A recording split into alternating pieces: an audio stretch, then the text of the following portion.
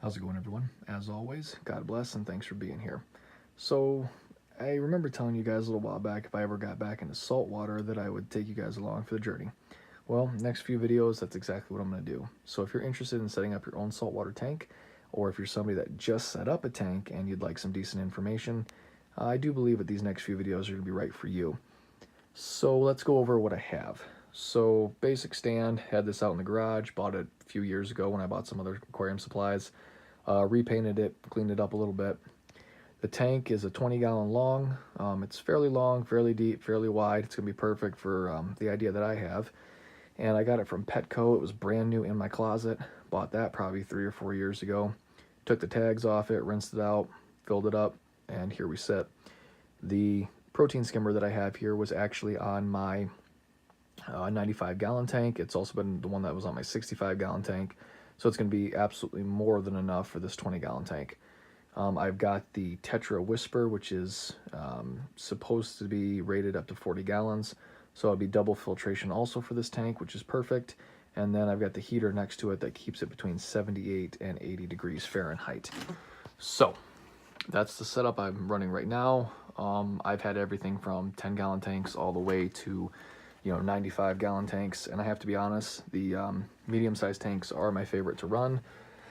Don't take quite as much maintenance when you do a water change. You're only changing out maybe 10-15 gallons as opposed to 30 or 40, so that makes that simpler.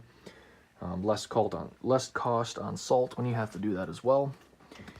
So the idea that I have for this tank, most everybody has a mixed reef, which is lots of different corals, lots of different fish.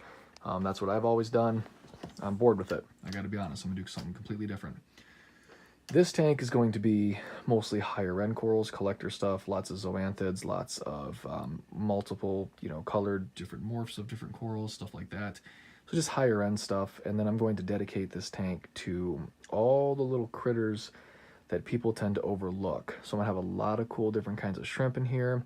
I'm going to have some green mandarin gobies, which are absolutely gorgeous. I encourage you to look them up if you're interested in seeing what they look like.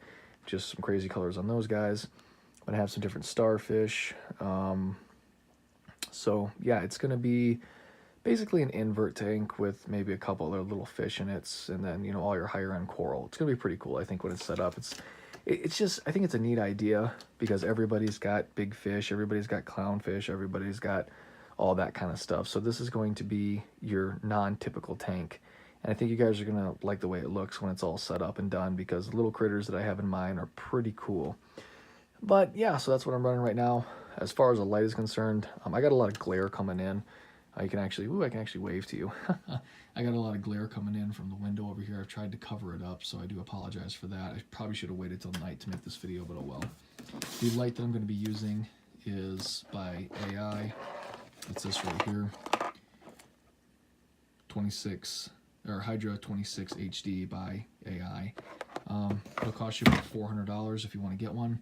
You can control it 100% by your phone. You just attach the light to the same Wi-Fi that your cell phone is using, and you can control it on your smartphone. You can set different modes on it. There's thunderstorm modes, lunar phases, acclimation phases. You can tell the light how much intensity you want, what colors you want. All sorts of different stuff. When you want it to come on, how long you want it on. You can set it all on your phone. It's pretty cool. If you don't want to spend $400 on a light, there are some other light options that I do have for you guys. One being Kessil.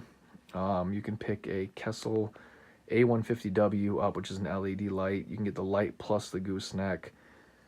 Probably running about $250, so about half the cost of one of these AI lights, and they're amazing. You can't adjust them for that price. There is no adjustable option on that light. However, I had on my 65-gallon, I had I think 4 of them at one point, and then I went to the Deep Ocean Blues. They're a great light. They last a long time. Very well made. Kessil's a very well-known brand. So that's another option for LED. You could always go to T5 lighting, which I don't particularly care for because then you got to change bulbs. LEDs are expensive, but once you invest the money into it, you'll probably never have to replace them. The most expensive part about starting an aquarium, of course, and depending on what size tank you get that is the light. Lights tend to be the most expensive from what I've seen. So that's what I'm running right now, guys.